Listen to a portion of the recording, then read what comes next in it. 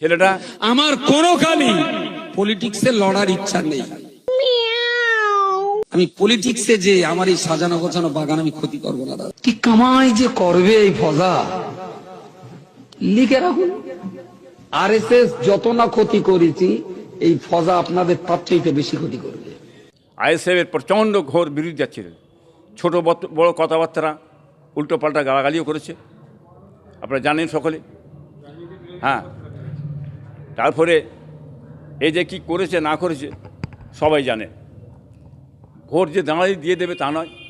এ ফুরফার পীর সাহেবদের সম্পর্কে উল্টো পাল্টা বলেছে, মেজু হুজুরের এলিমটা কলসির মতো বলেছে, এবং সাইফুল ভাইকে বুড়ো ভাম বলেছে।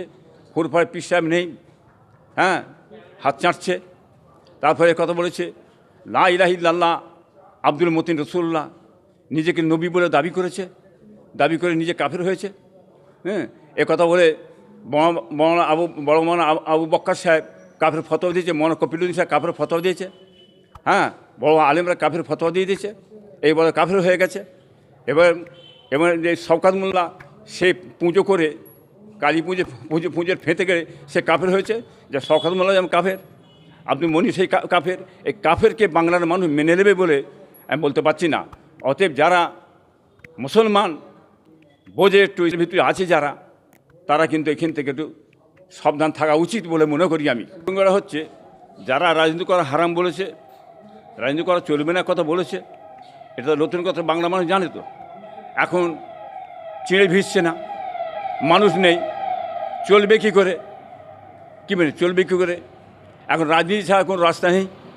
যে রাজনীতি ঢুকে যে কায়দা করে যদি, হ্যাঁ, লুট দারাজ করে, হ্যাঁ, পায়ে দাঁড়ানো যায়। কেন এর আগে জানেন তো আপনারা, তৃণমূল পার্টি থেকে সব যারা দাঁড়িয়েছে তারা গাড়ি বাড়ি 3তলা 5তলা বাড়ি করে নিয়েছে, কিছুই ছিল না। তো এরকম তো মানে লোভ ঢুকে যেতে পারে, সেই লোভে পড়ে যাই এই সুযোগ ছাড়লে হবে না, যেমন করে পাড়িয়ে দাঁড়িয়ে গাড়ি বাড়ি এটা ওটা করে নিই, বা কিছু মাদ্রাসার কাজ করে নিই, এই সুযোগ থাকতে পারে।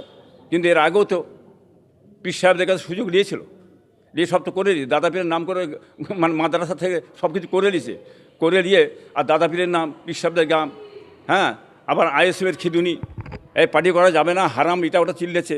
এখন সেই হারাম কী করে মেনে নিচ্ছে? কি মেনেন? এখন হারামটা জায়েজ হয়ে যাচ্ছে, মেনেন না, এখন পার্টি করা যাবে। তো ভিতরি লোভ না থাকলে উনি কি দাঁড়ায় নাকি? লোক আছে বলেই দাঁড়িয়েছে, জিতা না আছে তা অনেক দূরের কথা। একটাই কথা বলল, লা ইলাহা ইল্লাল্লাহ আব্দুল মতিন রসুল্লাহ, যে নবীকে নিজে নবী বলে দাবি করেছে। হ্যাঁ, রসুল্লাহ বলতে আমার পরে আর কোনো নবী হবে না। কি মেনে লা নবী আবাদি বলেছেন আমার পরে কোনো নবী হবে না, এখন উনি নিজেকে নবী বলে দাবি করেছে। কি মেনেন? এটা গোটা বসিরহাট এলাকার পশ্চিমবাংলার মানুষ জানে। কি মেনেন? অর্থাৎ এই কথা বলে কাফের হয়ে গেছে, সেই কাফেরকে ভোট দেওয়া যাবে কি না যাবে সে বাংলার মানুষ এটা বুঝে লিখে নেবে। হ্যাঁ, এটা বুঝবার সময় তো এসেছে, এটা মানুষ জানুক।